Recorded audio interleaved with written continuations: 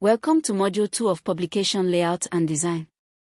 In this module, we will examine the workflow of sub-editing, the roles of different editors, and the techniques of designing publications. Topics include the editor, chief of staff, news editor, the chief sub and his deputy, check subs and stone subs, catchlines, magazine and sub-editors must, phases of sub-editing, publication layout and design, typography, casting off, and headline layout. Section 1. The editor, chief of staff, and news editor. The editor is the overall head of a publication, responsible for content quality, policy, and direction. The chief of staff manages reporters, ensuring assignments are covered. The news editor controls news flow, deciding which stories to prioritize. Together, they shape the publication's voice. Section 2. The chief sub and his deputy. The chief sub-editor manages the sub-editing desk. He or she assigns tasks to subs, checks work for accuracy, and ensures style consistency. The deputy assists, often handling technical details like layout deadlines. Section 3. The check sub and the stone sub. The check sub verifies facts, grammar, and spelling meticulously. The stone sub handles final proofs before pages go to print, ensuring no mistakes escape. Their roles are critical for accuracy and credibility. Section 4. Catchline. A catchline is a keyword or short phrase that identifies a story in production. It helps editors track copy as it moves through different desks and ensures material is not misplaced. Section 5. Magazine and sub-editors must. Magazine editing requires attention to features, long-form writing, and visual design.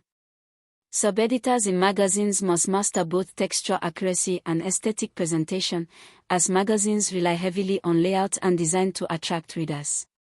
Section 6. Techniques and phases of sub-editing. Sub-editing typically follows phases. First reading, correct basic grammar, spelling, and facts. Second reading, apply style and consistency. Third reading, adjust for clarity and readability. Fourth reading, final polish, layout checks, and headline adjustments. Each stage improves accuracy and readability while ensuring deadlines are met. Section 7. Publication layout and design. Layout is the arrangement of text, images, and white space on a page. Good design guides the reader's eye, enhances comprehension, and reinforces brand identity. Key principles include balance, distributing text and visuals evenly. Contrast, using size and weight to highlight key elements. Alignment, ensuring visual order. Consistency, maintaining a uniform look across pages. Section 8. Typography. Typography is the art of arranging type. It involves font choice, size, line length, spacing, and alignment. Typography affects readability and mood.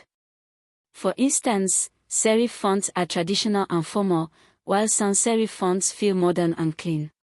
Section 9. Casting off. Casting off is estimating the space a story will occupy in print. This skill helps editors balance content with available page space. It involves word counts, column inches, and image placements. Section 10. Headlines layout. Headline layout is the design of headlines on a page. Good headlines must fit space, attract attention, and remain readable. Editors must balance brevity with clarity, using bold fonts, spacing, and positioning to draw the reader in.